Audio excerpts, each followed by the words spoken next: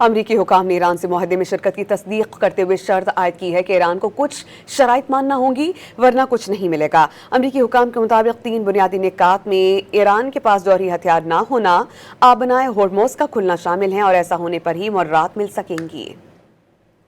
امریکی نائب صدر جے ڈی وینس نے لبنان کی امریکہ اور ایران کے درمیان طے پانے والے ابتدائی معاہدے میں شامل ہونے کی تصدیق کی۔ انہوں نے باور کرایا کہ ایران سے معاہدے کے 3 بنیادی نکات ہیں کہ اس کے پاس کبھی بھی جوہری ہتھیار نہیں ہو سکتا، آبنائے ہرمز کھلی رہے گی۔ تیسرے نمبر پر ایران کے لیے مختلف فوائد اور مراعات زیر غور ہیں جو مناسب رویہ اختیار کرنے پر مل سکتی ہے۔ اگر وہ ایسا نہیں کرتے تو اسے کچھ نہیں ملے گا۔ The agreement's actually very simple. It says, 1, Iran can't have a nuclear weapon. 2, the Straits of Hormuz are open.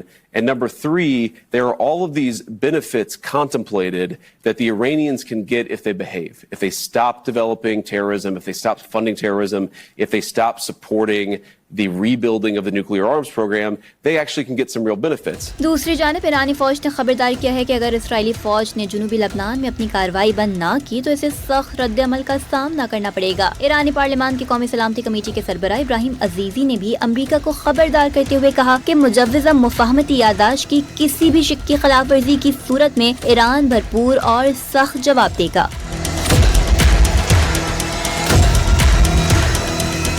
دوسری جانب برطانوی میڈیا بلومبرگ امریکہ ایران مفاہمتی یادداشت کے نکات سامنے لے آیا۔ بلومبرگ کی رپورٹ کے مطابق ایران کو معاہدے کے تحت وسیع مالی مراعات ملنے کی توقعات ہیں۔ ان مراعات میں تیل فروخت، $300 ارب کا ترقیاتی فنڈ اور منجمد اثاثوں تک بتدریج رسائی شامل ہے۔ بلومبرگ کے مطابق ڈرافٹ میں کہا گیا ہے کہ یہ معاشی فوائد ایران کو اس شرط پر دیے جائیں گے کہ وہ آبنائے ہرمز پر اپنی گرفت ختم کرے اور یقینی بنائے کہ وہ کبھی بھی جوہری ہتھیار حاصل کرنے کی کوشش نہیں کرے گا۔ جبکہ وال اسٹریٹ جرنل نے دعویٰ کیا ہے کہ امریکہ سے معاہدہ ہوتے ہی ایران کو تیل فروخت کرنے کی اجازت مل جائے گی۔ امریکی اخبار نے لکھا ہے کہ معاہدہ بینکاری اور نقل و حمل سے متعلق پابندیوں میں بھی نرمی کرتا ہے جس سے ایران کو مالی طور پر فائدہ ہوگا۔ معاہدے سے باخبر افراد کے مطابق اس معاہدے کے تحت امریکہ ایران کو فوری طور پر تیل اور ایندھن فروخت کرنے کی اجازت دے گا۔